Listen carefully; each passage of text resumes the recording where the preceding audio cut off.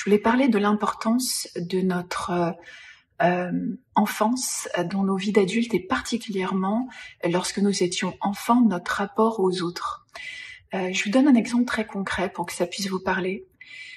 Lorsque on était enfant et que pour certains d'entre nous, on a été nombreux dans cette situation, il a fallu qu'on tamponne les relations entre notre père et notre mère, par exemple, ou entre notre père et notre frère, ou entre notre mère et un autre enfant, bref, peu importe les formes que tout cela prenait.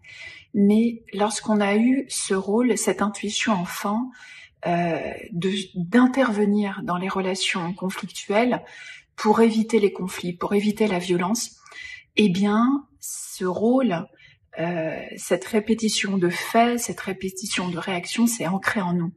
Et on a fini par enregistrer le fait que interagir avec les conflits, mettre son grain de sel dans une situation conflictuelle, eh bien, ça permet à la relation de s'apaiser et on évite l'explosion.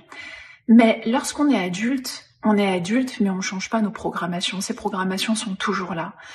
Et prenez maintenant un moment où vous êtes en réunion d'équipe, vous arrivez, il y a un conflit dans une réunion, c'est très compliqué, il y a en tout cas un malaise ou un silence qui vous met mal à l'aise. Et votre corps, lui, se souvient de ça, parce qu'on a des mémoires corporelles, on a des mémoires cellulaires. Et votre corps se souvient, et il se souvient que lorsqu'il y a un inconfort, lorsqu'on sent une tension, eh bien, lui, il a trouvé dans ses dossiers que dans l'enfance, rappelle-toi, tu réagissais, tu intervenais et tu avais cette capacité d'apaiser le conflit. Et qu'est-ce qui va se passer de façon automatique, sans du tout que vous en ayez envie au départ, mais de façon complètement automatisée, vous allez intervenir. Vous allez réagir pour pouvoir, en fait, permettre que la situation se détende. Sauf que, dans le cadre professionnel, à ce moment-là, dans ce contexte-là, c'est pas du tout apprécié de vos collègues, que vous ayez voulu donner la parole à quelqu'un, que vous soyez mêlé de la conversation.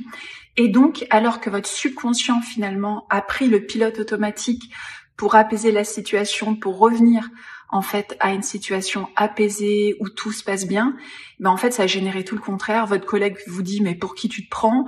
On s'adresse à moi, j'ai pas besoin de toi pour m'exprimer. Et finalement, ça produit tout le contraire.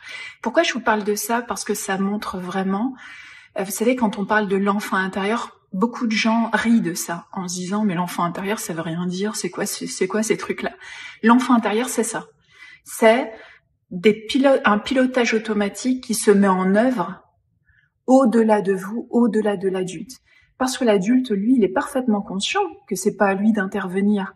Mais l'enfant intérieur, lui, en fait, devient insécure parce qu'il revit, en fait, des sentiments d'insécurité, d'inconfort, de stress émotionnel qui lui rappellent de très mauvais souvenirs.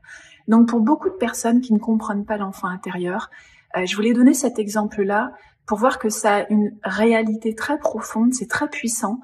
Et je pense que ça vaut vraiment le coup quand on voit qu'on est sur des schémas, des pilotages automatiques, des schémas qui sont complètement inadaptés à la situation présente, de les regarder, de les observer et de voir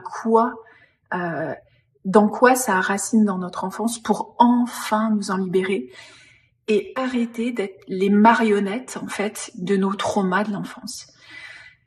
Donc voilà, je vous souhaite une très belle journée.